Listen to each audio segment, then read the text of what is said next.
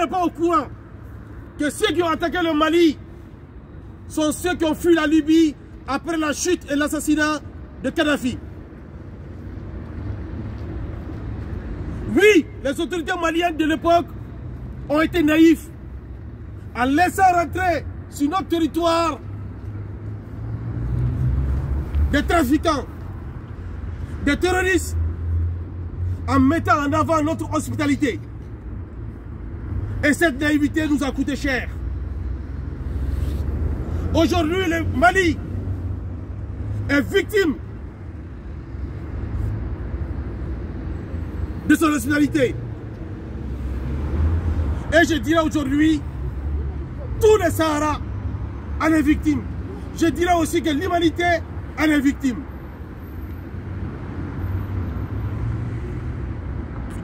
Ces rebelles, non, je dirais ces terroristes, quelques jours après, nous avons été accueillis à bras ouverts par les autorités maliennes, ont ligoté plus de 100 soldats maliens, les ont frontement abattus. Je veux parler d'Aguelhok. Quelle honte! Quelle honte! Depuis, des milliers de morts, des déplacés, des femmes violées, des orphelins. Voilà le quotidien des Maliens depuis l'invasion du Nord Mali par les terroristes. Si la France veut réellement aider le Mali, il ne faut pas aider les terroristes voyous qui sont loin d'être des rebelles, qui veulent une vie meilleure. Il faut laisser les militaires maliens rentrer à Kidal, comme François Hollande l'avait promis. Oui, c'était un contrat. Oui, c'était le deal. Aider le Mali à recouvrer son territoire national. Depuis, ce n'est pas le cas. Ces groupuscules étaient dénombrés au nombre de 500 par la voix de M. Alain Juppé, ministre à l'époque.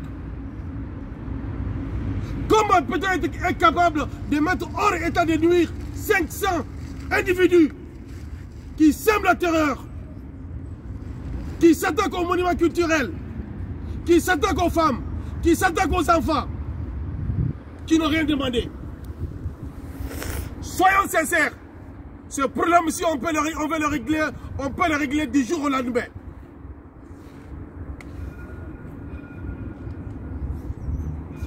Les écoles ne manquent-ils pas à Bamako, à Kidal comme à Kaï? Les hôpitaux, les infrastructures de développement, tout manque dans ce pays. Il n'y a pas une région qui est privilégiée qu'une autre. Tout le Mali est pareil. Bien évidemment à cause de la mauvaise gouvernance. Bien évidemment à cause de la corruption. La solution pour instaurer une bonne gouvernance ne passe pas par la division du pays ou sa partition. Non, cet accord d'Alger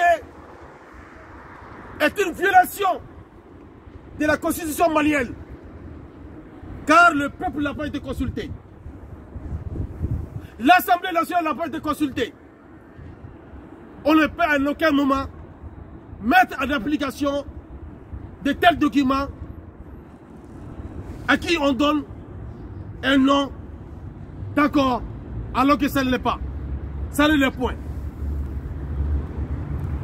Oui, il faut une décentralisation. Pourquoi pas une régionalisation? Mais choisie par les Maliens et Maliennes et équitable sur tout le territoire national. Mes chers frères et sœurs, combattons-nous. Personne ne fera ce Mali à notre place. Personne. Même si je salue ici nos amis qui sont avec nous aujourd'hui, Tunisiens, Algériens, Français, toutes nationalités confondues. Je leur dis un grand merci. Chers Maliens, chers Maliennes, ce pays souffre. Ce pays souffre dans son âme. Mais quelque part, par nous, notre incapacité à nous unir, par notre incapacité à aimer notre pays d'une façon digne. Il ne suffit pas de dire j'aime mon pays. Non. Il faut bouger. Tout le monde peut dire qu'il aime son pays. Mais il faut lier l'acte à la parole.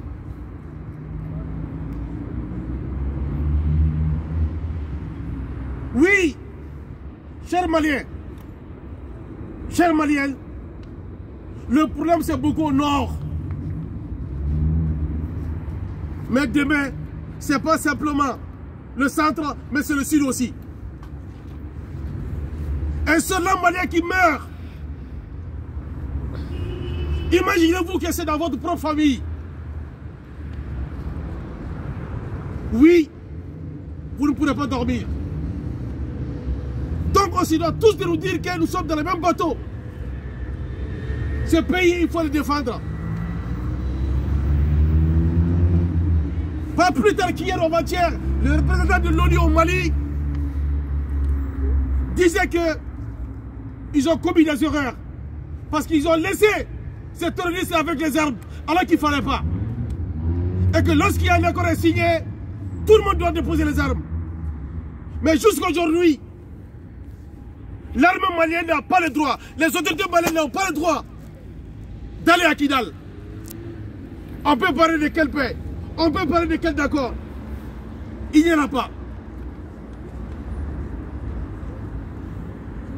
Chers frères, chères sœurs, chers Maliens, peuple du monde, soyons justes, soyons sincères. La réussite ne peut pas arriver sans justice. La réussite ne peut pas être là sans sincérité. Et donc, je dis encore une fois, non à l'accord d'Alger, non à l'accord d'Alger, non à l'accord d'Alger, non à l'accord d'Alger. Vive le Mali, vive la France, vive l'humanité, vive la paix, vive la justice. Je vous remercie.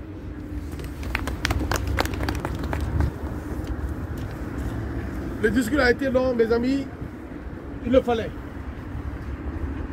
Donc je continue un peu en Bambara. Et Amina, tu peux faire une autre vidéo.